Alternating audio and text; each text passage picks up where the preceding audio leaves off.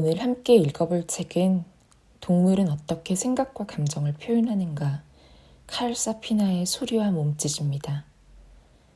이 책의 저자 칼 사피나는 2011년 20세기 주목할 만한 환경보호 활동가 100명에 선정된 인물입니다.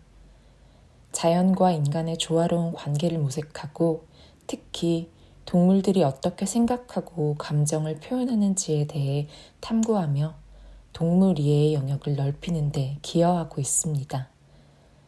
이 책은 동물들이 소리와 몸짓을 써가며 서로 소통하고 감정과 생각을 표현하는 방식에 대한 기록이자 수십 년간 동물들의 곁을 지키며 그들의 삶과 죽음을 기록해온 연구자들의 인터뷰집입니다.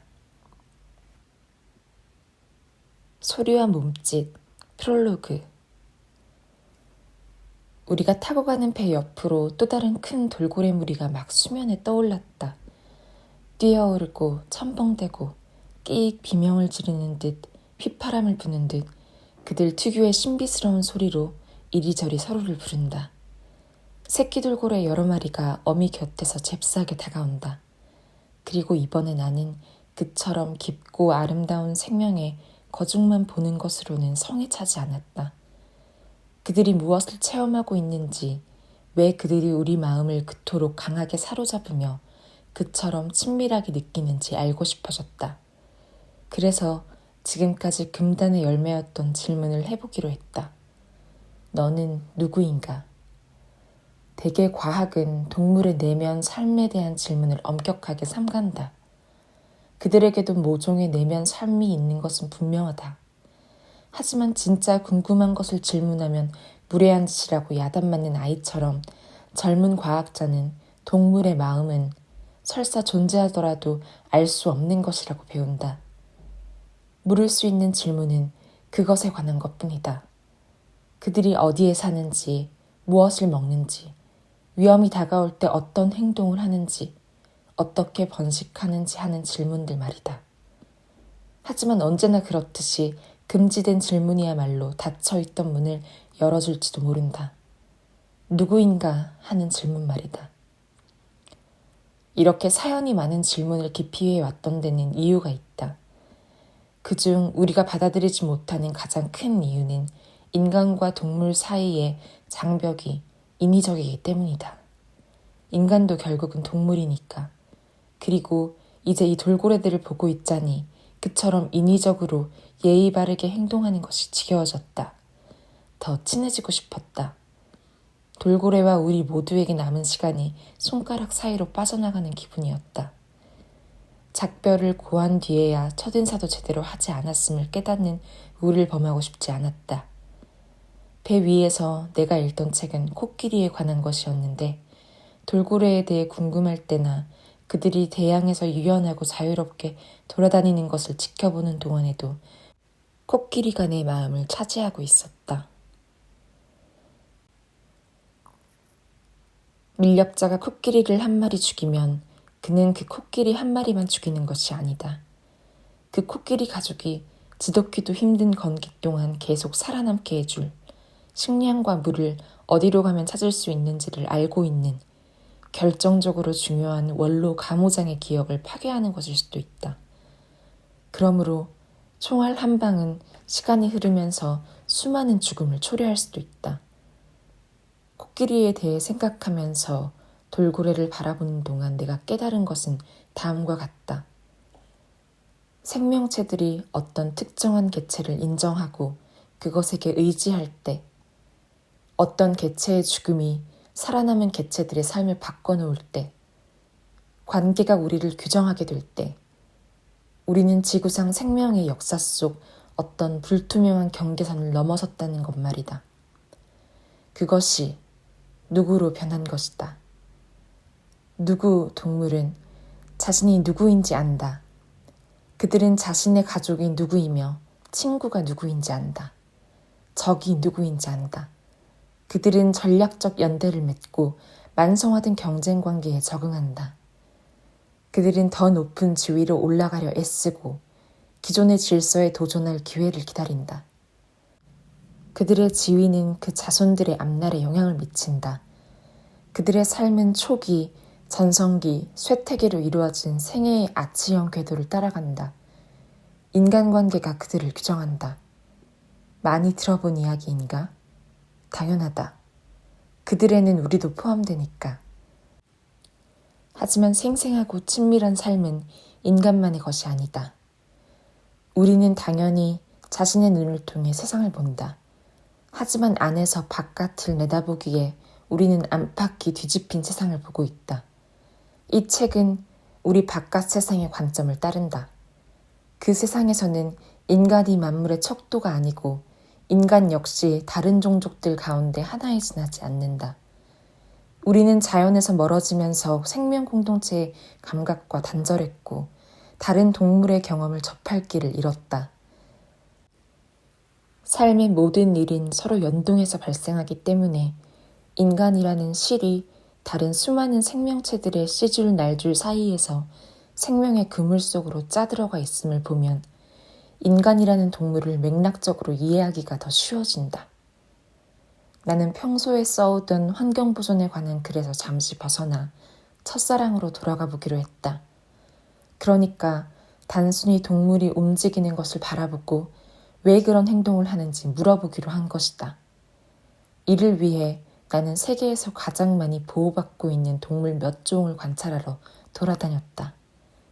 케냐의 암보셀리에 국립공원에 사는 코끼리, 미국 옐로스톤 공원에 사는 늑대, 북서태평양에 사는 범고래를 관찰한 것이다. 그런데 이 모든 곳에서 나는 동물들이 인간이 가하는 압박을 느끼며 그 압박감이 그들의 행동, 어디로 갈지 결정하는 일, 수명, 가족관계에 영향을 준다는 것을 알게 되었다. 그래서 우리는 이 책에서 다른 동물들의 마음을 만나고 그 마음과 그들을 위해 우리가 들어야 할 필요가 있는 것에 귀를 기울일 것이다. 다른 설명이 필요 없는 그 이야기는 무엇이 위기인가만이 아니라 누가 위기에 처해 있는가도 말해준다. 1부 코끼리의 나팔소리. 인간이라는 비교 대상. 동물행동연구는 젊은 학문이다. 닭 사이에 모이를 쪼아먹는 서열이 있다는 간단한 사실도 1920년대까지는 공식적으로 인정되지 않았다. 마거린 모스 나이스가 멍금류는 자기 영역을 방어한다는 사실을 처음으로 발견한 것 역시 1920년대였다. 영토 방어는 그들이 노래하는 가장 기본적인 이유 가운데 하나다. 20세기 중반에 행동주의의 길을 개척한 콘라드 로렌츠, 니코 팀베르헌, 카를 폰 프리슈 같은 연구자들은 동물의 행동을 학문 주제로 확립하기 위해 동물을 인간적 충동의 풍자화로 그려왔던 수백 년 묵은 민담과 미신, 우화의 찌든 때를 씻어내야 했다. 새로운 과학자들은 대단한 관찰자였다. 그들은 수많은 동물 위에 쌓여있던 오래 찌든 페인트 껍질 같은 은유적 투사물을 벗겨내는 데 성공했다. 그들의 접근법은 눈에 보이는 것을 있는 그대로 서술하는 것이었다. 그들은 동물을 관찰하는 것이 객관적 작업일 수 있음을 입증해야 했고 해냈다. 꿀벌의 춤 언어에 대한 연구, 물고기의 구애 행동, 새끼 거위가 부화한 뒤 처음 보는 것을 각인하는 행동에 대한 연구로 프리슈, 팀베르언, 로렌츠는 노벨상을 공동 수상했다. 호기심 많은 새 자연학자는 기뻐서 현기증이 났을 법하다. 하지만 새끼에게 젖을 먹일 때 코끼리는 어떤 기분을 느끼는가와 같은 질문을 다룰 과학적인 방법은 없었다. 연구를 진행할 토대가 없었다. 야생의 동물들이 실제로 살아가는 모습을 지켜본 사람이 없었다. 두뇌과학도 유아 단계였다. 그래서 그들의 감정에 대한 추측은 우리 자신의 감정을 토대로 해석될 수밖에 없었다. 그러다 보면 순환론법에 빠지게 된다. 새 과학자들은 관찰을 주장했다. 짐작은 깔끔하지 못한 추측이고 그런 것은 하지 말아야 한다.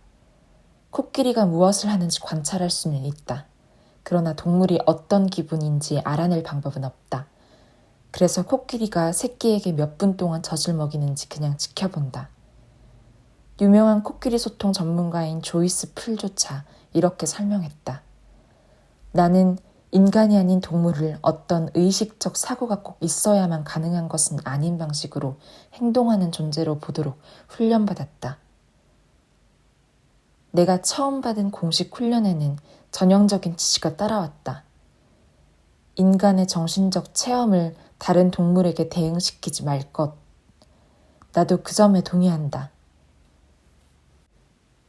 동물들이 우리가 동물이었다면 그렇게 할 것 같은 방식으로 반드시 그렇게 생각하고 느낄 것이라고 추정하지는 말아야 한다. 그들은 우리가 아니다.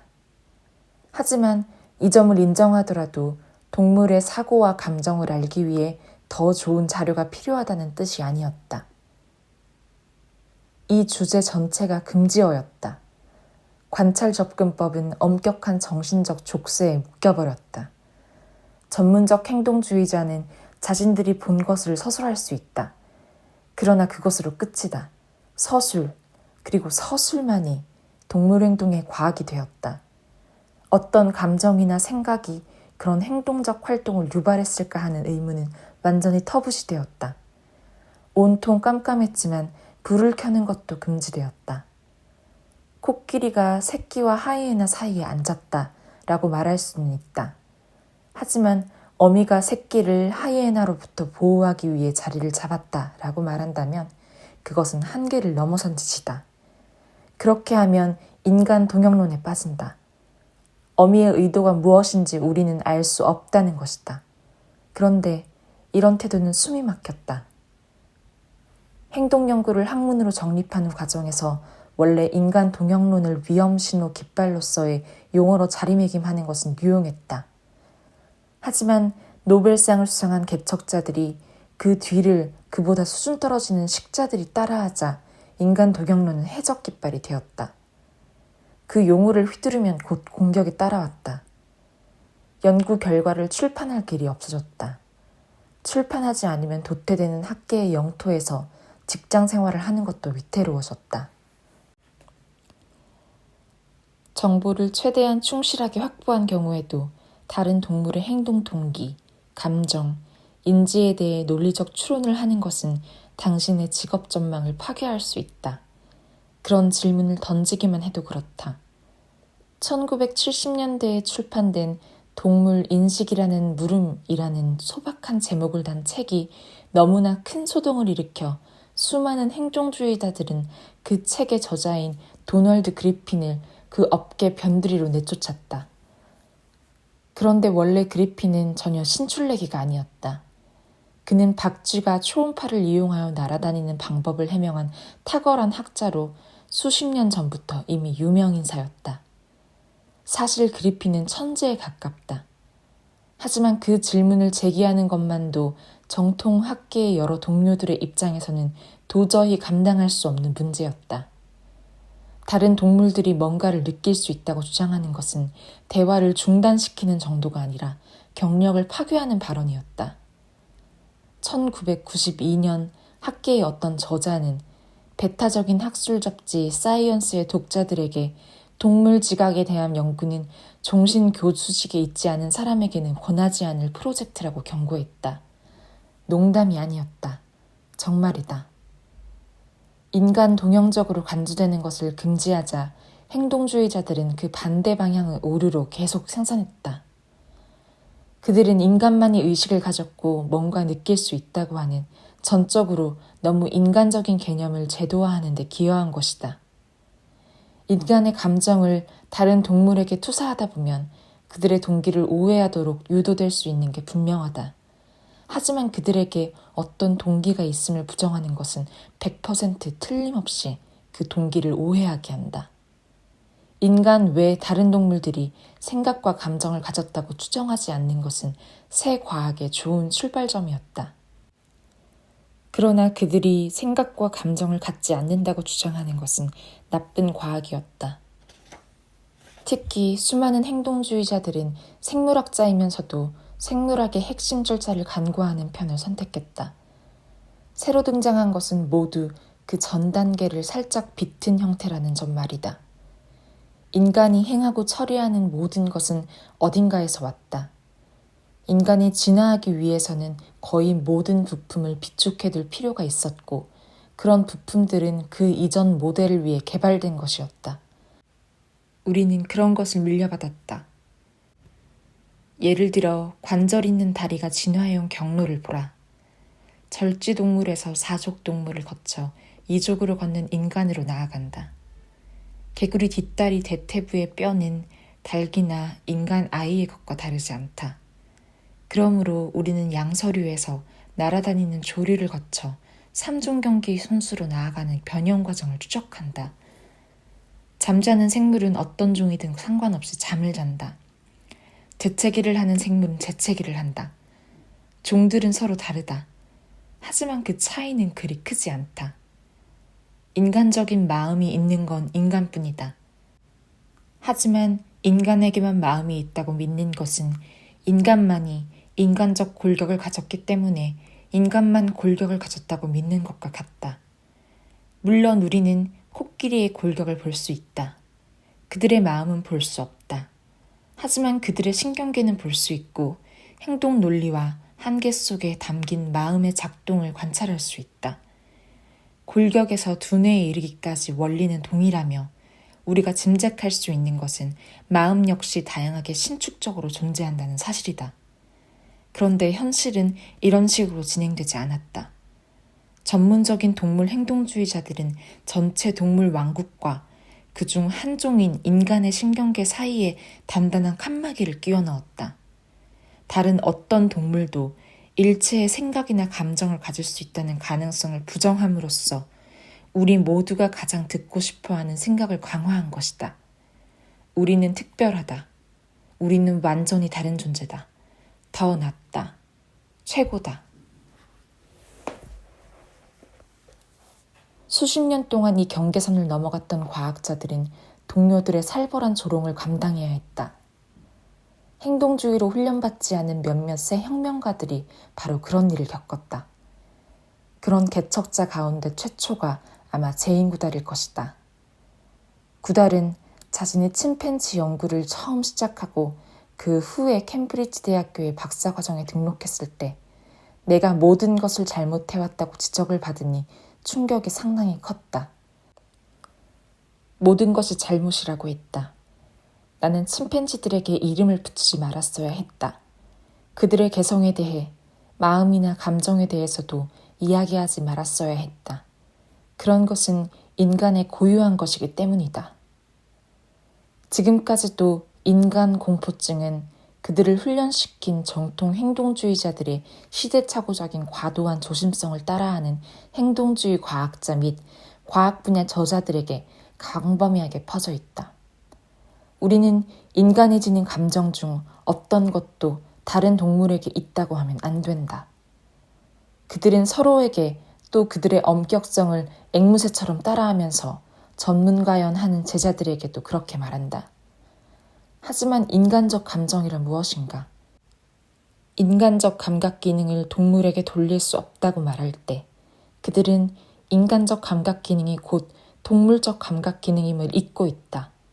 그것은 물려받은 신경계를 사용하는 물려받은 감각 기능이다. 다른 동물이 인간이 느끼는 감정을 일체 가질 수 없다고 간단하게 판정하는 것은 온 세계의 감정과 동기를 싼값으로 독점해버리는 일이다.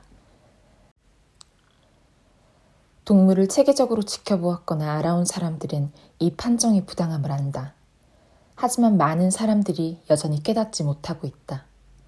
내가 이 책을 쓰고 있던 중에 작가 니콜은 다음과 같이 지적했다.